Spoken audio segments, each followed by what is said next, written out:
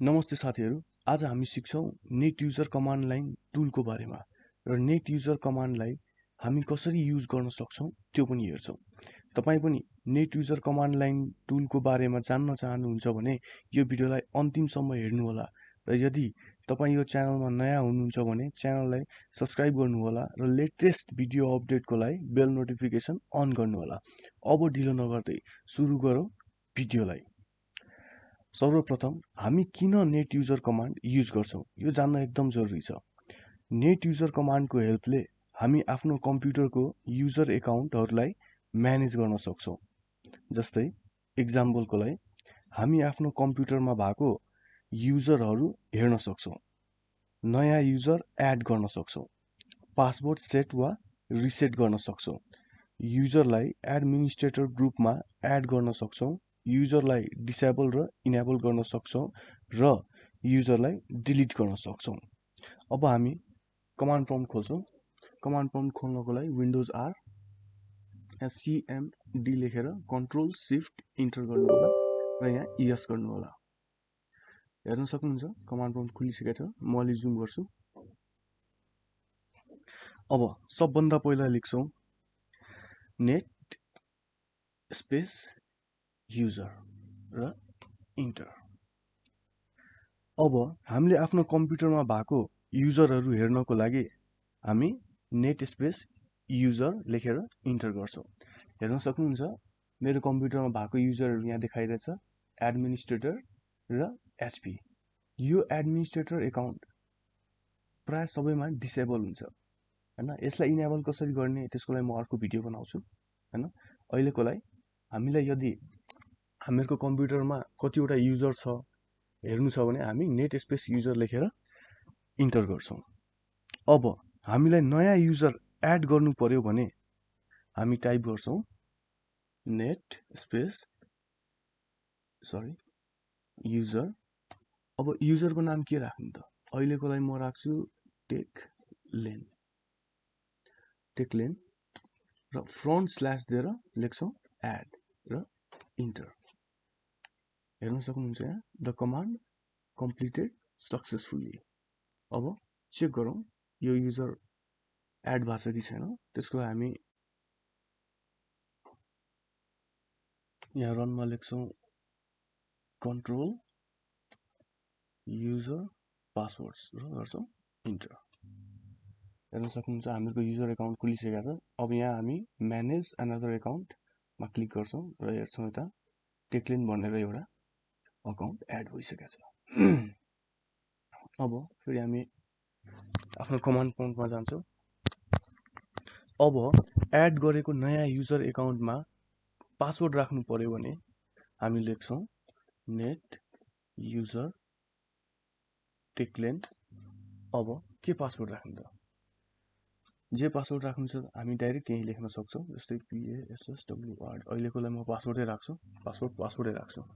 Net user कुन युजरको लागि राख्ने त्यसको नाम र जे पासवर्ड राख्नु छ त्यो पासवर्ड र इन्टर। हेर्न सक्नुहुन्छ द कमान्ड कम्प्लिटेड सक्सेसफुली।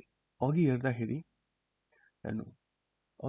खाली लोकल एकाउन्ट थियो, पासवर्ड प्रोटेक्टेड यस्तो भनेर आइरहेको थिएन। अब म ब्याक गरेर फेरि म्यानेज अनदर एकाउन्ट गर्छु अनि अब हेर्न सक्नुहुन्छ यहाँ पासवर्ड प्रोटेक्टेड लेखेर आइसकेको छ। अब यो कमान्ड युज गरेर हामी नयाँ एकाउन्टलाई पासवर्ड सेट गर्न सक्छौं भने पुरानो एकाउन्टको पासवर्ड रिसेट पनि गर्न सक्छौं। जस्तै अब मेरो अर्को अकाउन्ट छ यसमा एचपी। अब मलाई एचपी को पासवर्ड चेन्ज गर्नु पर्यो भने म लेख्छु नेट युजर एचपी र मलाई जे पासवर्ड राख्नु छ, जस्तै मलाई राख्नु छ पासवर्ड, यो लेखेर म इन्टर गरेपछि मेरो एचपी एकाउन्टको पासवर्ड चेन्ज भइहाल्छ है। अब हामी हेर्छौं हामी कसरी अघि क्रिएट गरेको स्ट्यान्डर्ड एकाउन्टलाई एडमिनिस्ट्रेटर ग्रुपमा एड गर्न सक्छौं। अब एडमिनिस्ट्रेटर ग्रुपमा एड गर्नको लागि हामी लेख्छौं net space local group add administrators. Spelling राम्रोसँग हेर्नु होला। एस लेख्न नबिर्सिनु होला, एडमिनिस्ट्रेटर हैन एडमिनिस्ट्रेटर्स हुन्छ यता है, एस लेख्न नबिर्सिनु होला। अब कसलाई एड गर्ने त, कुन एकाउन्टलाई, टेक लेन। अब एड गर्नको लागि सिम्पली फरवर्ड स्ल्यास दिएर एड, इन्टर। अब हेर्नुहोस् द कमान्ड कम्प्लिटेड सक्सेसफुल्ली। अब यो भयो कि भएन हामी हेर्छौँ यता। अहिले यसमा हेर्नुहोस् एसपीमा चाहिँ मेरो पुरानो एकाउन्ट जुन एडमिनिस्ट्रेटर त्यसमा एडमिनिस्ट्रेटर लेखेर आइदै थियो है। अब यसमा चाहिँ लेखेको छैन। म पछाडि गएर यसलाई फेरि एकचोटि रिफ्रेस गर्छु, म्यानेज अनदर एकाउन्ट। अब हेर्न सक्नुहुन्छ यो एडमिनिस्ट्रेटर लेखेर आइसकेछ, भनेपछि हामीले यहाँ दिएको कमान्ड काम गर्यो है। यहाँ हेर्न सक्नुहुन्छ अब यसमा एडमिनिस्ट्रेटर लेखेर आइसक्यो। अब म यो एडमिनिस्ट्रेटरमा भएकोलाई हटाउन चाहन्छु। अब यदि हामीलाई यो अकाउन्टलाई एडमिनिस्ट्रेटर ग्रुपबाट हटाउनु पर्यो भने अब हामी लेख्छौँ नेट लोकल ग्रुप, स्पेलिङ राम्रोसँग हेर्नु होला, एडमिनिस्ट्रेटर टेक्लेनलाई के गर्नु छ भने एडमिनिस्ट्रेटर ग्रुपबाट हटाउनु छ, त्यसको लागि हामी लेख्छौँ delete, enter. The command completed successfully. अब हामी चेक गर्छौँ, पहिला के थियो त एडमिनिस्ट्रेटरमा थियो है। अब म ब्याक गरेर फेरि म्यानेज एनदर एकाउन्ट गर्छु। अब हेर्न सक्नुहुन्छ यो एडमिनिस्ट्रेटरबाट हटिसकेको छ। अब हेर्छौँ हामी युजर एकाउन्टलाई कसरी इनेबल र डिसेबल गर्न सक्छौँ। जस्तो अहिले हेर्छौँ यहाँ हामीहरूको यो टेक्लेन यहाँ देखाइरहेछ, यहाँ यो इनेबल छ।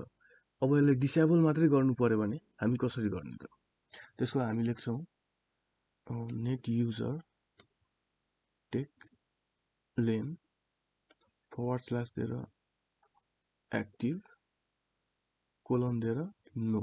डिसेबल गर्नु छ भने हामी के लेख्छौँ नो, इन्टर। हेर्न सक्नुहुन्छ द कमान्ड कम्प्लिटेड सक्सेसफुली। अघि के थियो त, अघि एक्टिभ थियो।